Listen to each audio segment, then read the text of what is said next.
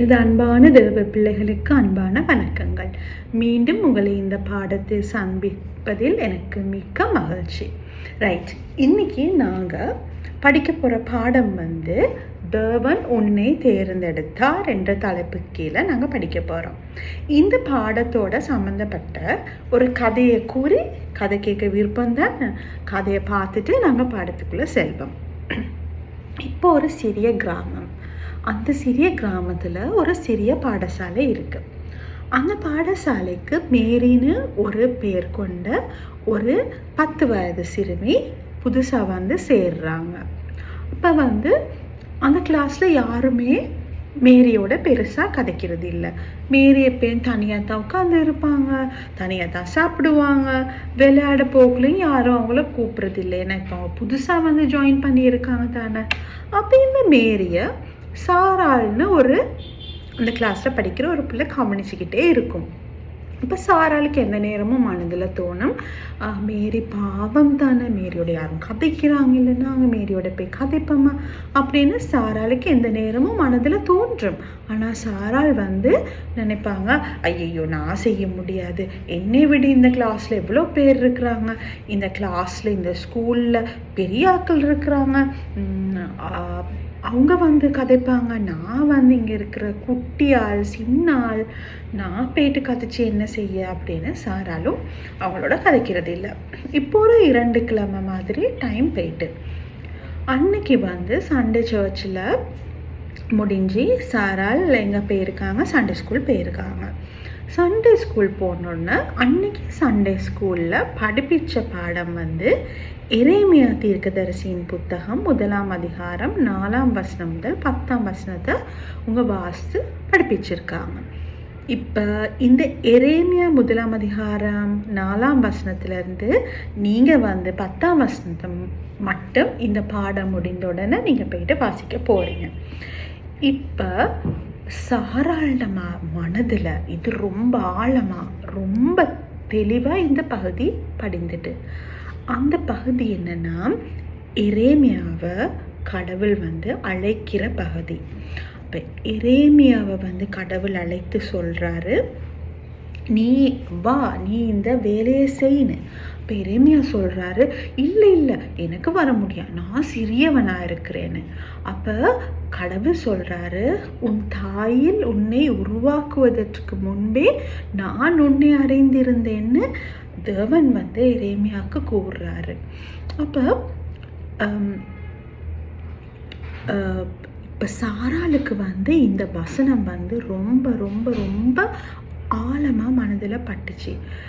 நாங்கள் சின்னவங்க பெரியவங்கன்னு இல்லை, யாருனாலையும் தேவன் அழைக்கிறாரு, யாருனாலும் காரியங்கள் செய்யலான்னு ஒரு சிந்தனை சாராள மனதில் வந்தது. சாராள் அடுத்த நாள் ஸ்கூலுக்கு போயிட்டு என்ன செய்கிறாங்க, இப்போ மேரியோட கொஞ்சம் கொஞ்சமாக ஃப்ரெண்ட் ஆகுறாங்க, கொஞ்சம் கொஞ்சமாக கதைக்க தொடங்குறாங்க, அவங்களோட பக்கத்தில் போய் உட்காடுறாங்க, அவங்களோட விளையாடுறாங்க, அவங்களுக்கு சாப்பாடு ஷேர் பண்ணுறாங்க. இந்த மாதிரி காலப்போக்கில் அவங்க நல்ல ஃப்ரெண்ட்ஸ் ஆகிட்டாங்க. அப்போ மேரி சாராளுக்கு ஒரு விஷயத்த சொல்கிறாங்க, நான் இங்கே வரும்போது ரொம்ப கஷ்டப்பட்டு வந்தேன், பல பிரச்சனைகளுக்கு மத்தியில், சவால்களுக்கு மத்தியில் தான் நான் பள்ளிக்கூடம் வருகிறேன், எனக்கு அம்மா இல்லை, ஆனாலும் நான் இங்கே எனக்கு நண்பர்களும் இல்லைன்னு ரொம்ப கவலைப்பட்டேன். நீங்கள் என்னோட கதைச்சி என்னோட ஃப்ரெண்டாக இருக்கிறது எனக்கு ரொம்ப சந்தோஷம், என்னோட வாழ்க்கையில் ஒரு புதிய மாற்றத்தை இது கொண்டு வந்துச்சுன்னு மேரி சாராளுக்கு சொல்கிறாங்க. அப்போ சாராள் ரொம்பவும் சந்தோஷப்படுறாங்க. அப்போ அவங்க சொல்கிறாங்க, நாங்கள் ஒரு நாளும் நாங்கள் சின்னவங்க, எங்களால் இந்த காரியங்கள் முடியாதுன்னு நாங்கள் ஒதுங்கி இருக்கக்கூடாது.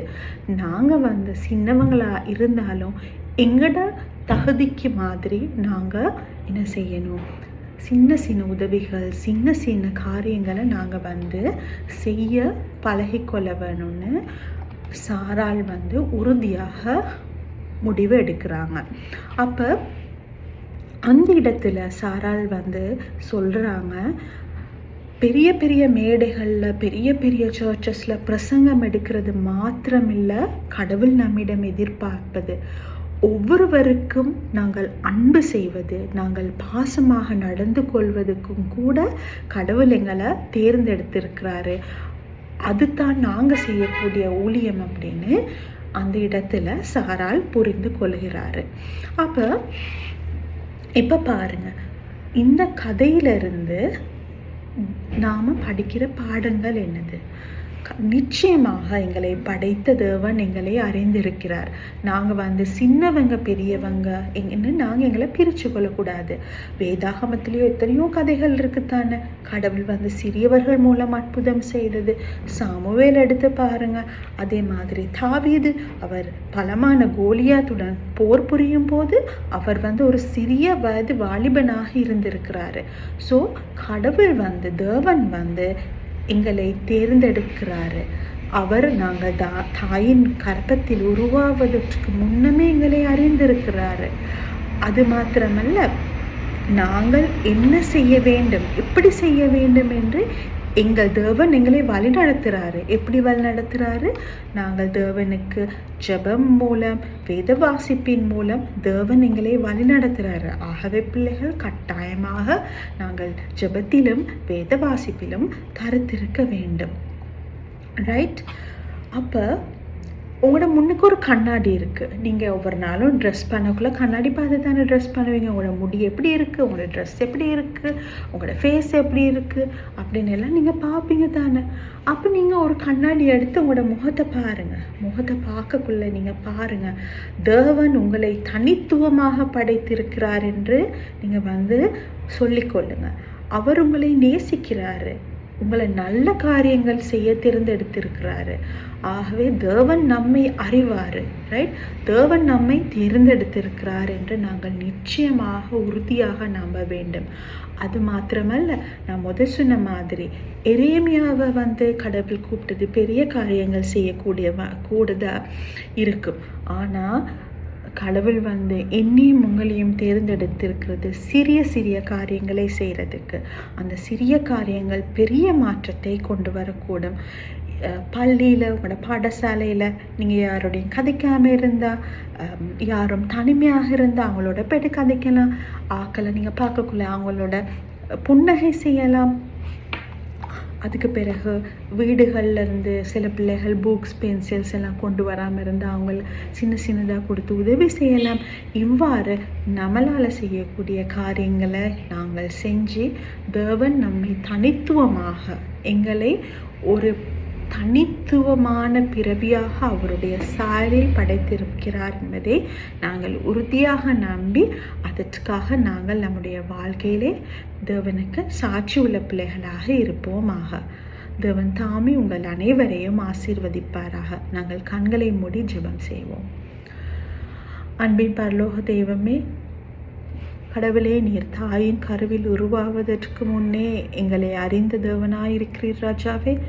அப்பா சுவாமி பிதாவே, உம்முடைய காரியங்களை செய்ய சிறிய காரியமாக இருந்தாலும் பெரிய காரியமாக இருந்தாலும் எங்களை கருவியாக பாவித்து அதை நாங்கள் நல்லபடியாக செய்து முடிக்க நீர் எங்களுக்கு கிருபை செய்யும். எல்லாவற்றும் இந்த பாதப்படியில் வைக்கிறேன் பரமராஜாவே.